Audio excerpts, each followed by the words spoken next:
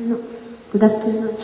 In your book, The Same Sea, we could find the only example of characters belonging to the young generation of today. As a matter of fact, in your other novels, there aren't, such characters are absent.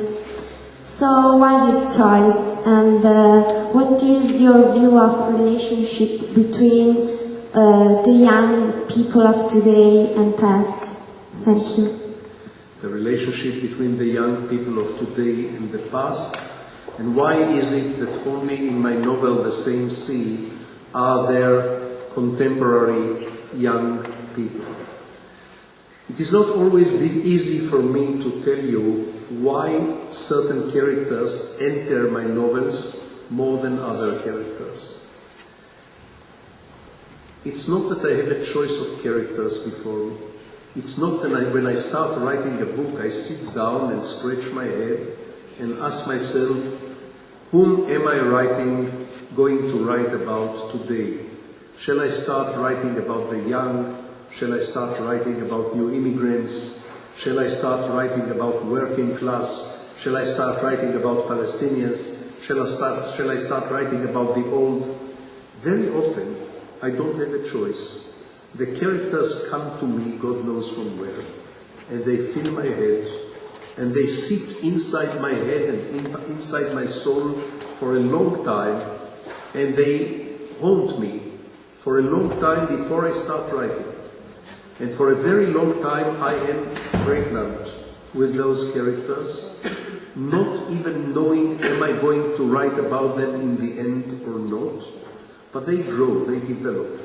They become like babies inside my body or inside my soul, and I write about them. I don't have a free choice on whom to write about. Journalists, yes, a journalist can decide that today he is going to write a newspaper article about the industrial workers.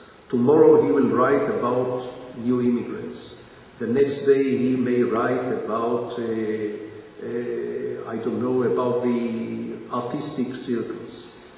I don't have this choice. I write about characters as they come to me. In The Same Sea, I wrote about young people, modern, contemporary young people from Tel Aviv, who are no longer revolutionaries, who are no longer pioneers, who are no longer like the founding generation of Israel, who are no longer like the bigger-than-life characters who created the country where I live, but who are more like young people everywhere in the world, restless, not quite satisfied with what they have, craving to go to see the faraway world.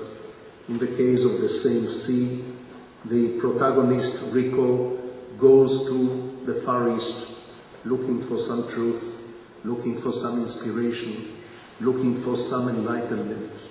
His girlfriend, Rita, she stays in Tel Aviv. She sleeps with another man.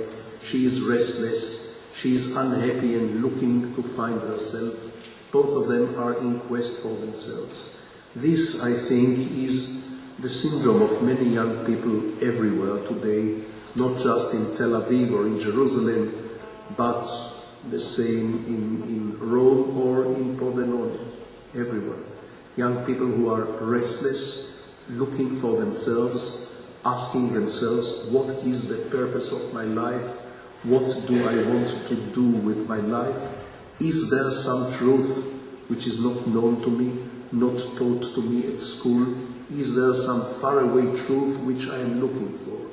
This, I think, is quite universal, and in this respect, perhaps the young generation, at least in most countries, not everywhere, but in most countries, the young generation is very similar in various countries.